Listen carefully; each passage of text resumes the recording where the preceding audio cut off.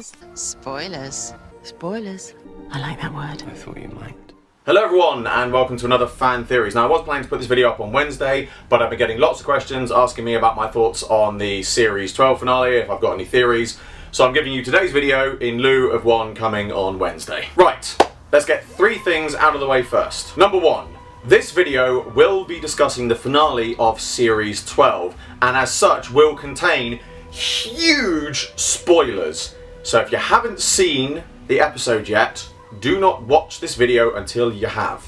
You have been warned. Number two, if you are not happy with the revelations of the Series 12 finale, then fair enough. That is your choice. But if your plan is to complain about that in my comment section, then a word to the wise, your comments will be deleted. If you want to rant and rave about how much you hate Series 12, about how much you hated the finale, about how much you hate the 13th Doctor, about how much you hate Chris Chibnall, then kindly go and do it somewhere else. And number three, this theory is not going to answer all questions, such as why does the Roof Doctor seemingly have a police box TARDIS if she comes before Hartnell's Doctor? Nor is this theory going to add up all possible continuities, such as how does this new history fit into the previous and differing accounts of Time Lord origins that we have had in the past. As such, there will be a lot of conjecture on my part as part of this theory, but the idea for this theory is to take what we now know, and for me to link my previous theories back into it whilst trying to adhere to the established canon. So, with all that out of the way, the Series 12 finale. What can one say except not only has the Doctor lived far more lives than we thought, but one of the classic series' most long and hotly debated points, who are the other faces seen in the Fourth Doctor's mind battle with Morbius, have now been revealed to be the Doctors, or at least some of their past lives from before the First Doctor. Now, a few years back, some of you may remember I did a trilogy of fan theories about how the Doctor is a reincarnation of the Other, how the Morbius Doctors are in fact the Other's incarnations, and how looms are used to create Time Lords. And so with those in mind, I thought I would give you all an update video, as whilst those theories do remain largely unchanged, I thought it was worth doing a follow-up video onto how they fit into what we now know from the Series 12 finale. So we now know that the Doctor, or the Timeless Child as they were then known, was the progenitor of Time Lord society, although Tech-Tayun would seemingly be the first Time Lord. Now it's at this point my theory diverges slightly into two different strands, but they both come to the same outcome. Either Tech-Tayun is in fact Rassilon from before they adopted the latter name,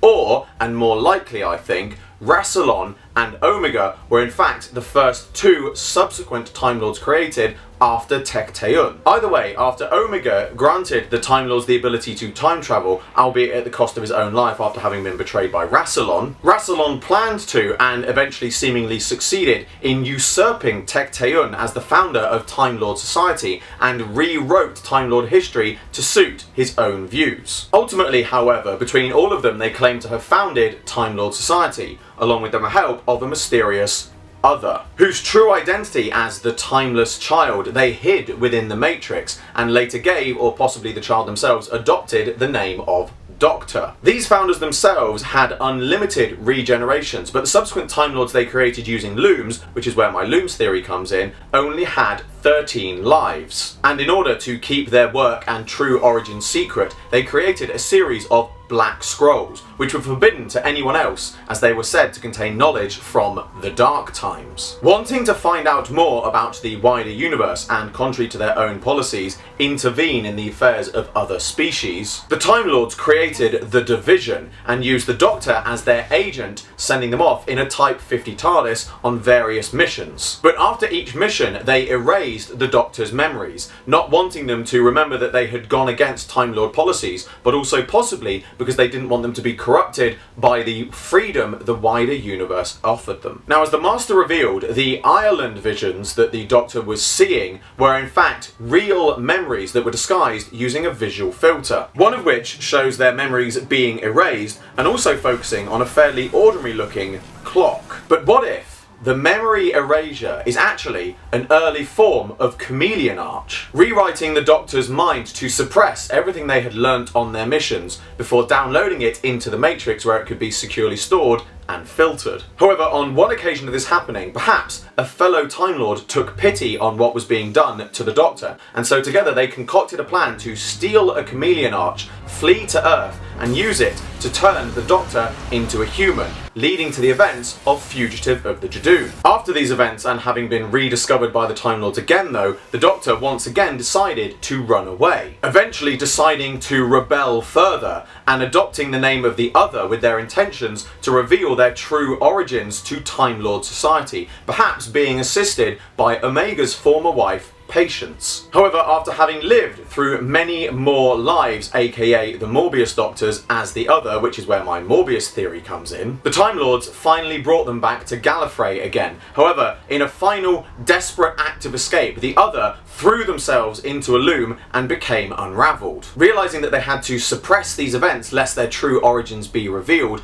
the Time Lords sealed these events off within the Matrix. However, they were later partially revealed by the Master during his hacking, and also later revealed to have actually been woven into the memories of every Time Lord, albeit suppressed. Meanwhile, the Other was eventually rewoven / reincarnated into a new young Time Lord, again where my looms theory and also my other theory comes in. An ordinary Time Lord, limited to 13 lives, who later chose the name Doctor. And whilst this new Doctor, in a brand new young body, did not remember any of his previous lives, some higher up Time Lords perhaps worked out his true identity and decided to keep a close eye on him and make sure he was well looked after, such as allowing him to gain and retain a superior and high position on Gallifrey, despite not being a very good Academy student. Eventually, however, the First Doctor, perhaps through his role as a excruciating archivist on Gallifrey, partly learned the truth, that he was in fact a reincarnation of a founding Time Lord, but was also perhaps not aware of the full facts behind his true origins. It is also at this time that he may have potentially learnt about the hybrid prophecy too. Realising the danger he now posed with this knowledge, the Time Lords once again tried to stop him and erase his memories. And so the First Doctor, along with his granddaughter, who he perhaps also realised posed a threat to the Time Lords, fled Gallifrey. Having planned to steal his original Type 50 TARDIS, but with a bit of direction from a certain technician, instead stole a Type 40, which was in the process of being decommissioned, having long since become obsolete. After some time, however, returning to Gallifrey in his new life's second incarnation during the War Games, the Time Lords realised that having learned so much about the wider universe in his adventures, they once again had the chance to use the Doctor as their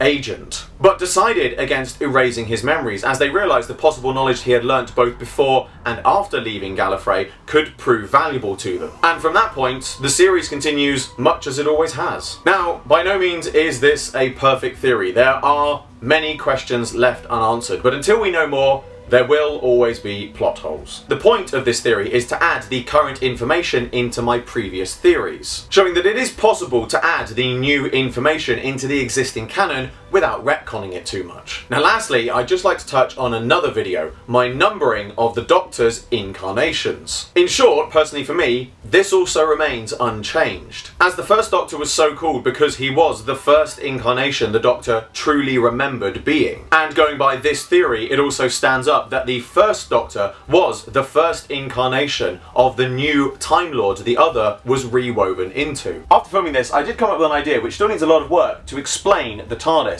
and I will most likely be proved wrong in future, so as such I don't count this as part of this theory, but here it is. After being unravelled by the loom and stored within the Matrix, the Other uses their powers to reach back across time, and using their TARDIS's connection with the Matrix, force it to take on an image that will be familiar to their future selves and jog their future selves' memories into remembering their true origins, possibly even influencing a later incarnation being responsible for sabotaging the chameleon circuit in the first place. But that last part is a whole other video. But that brings to a close another fan theories. This is certainly a very out there fan theory.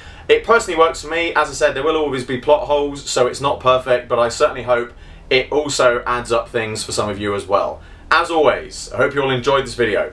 Like, favorite, subscribe, share, it really helps me out a lot. Be sure to check out the description below for a link to my Patreon. I'm doing my very first figure animation and you can get involved.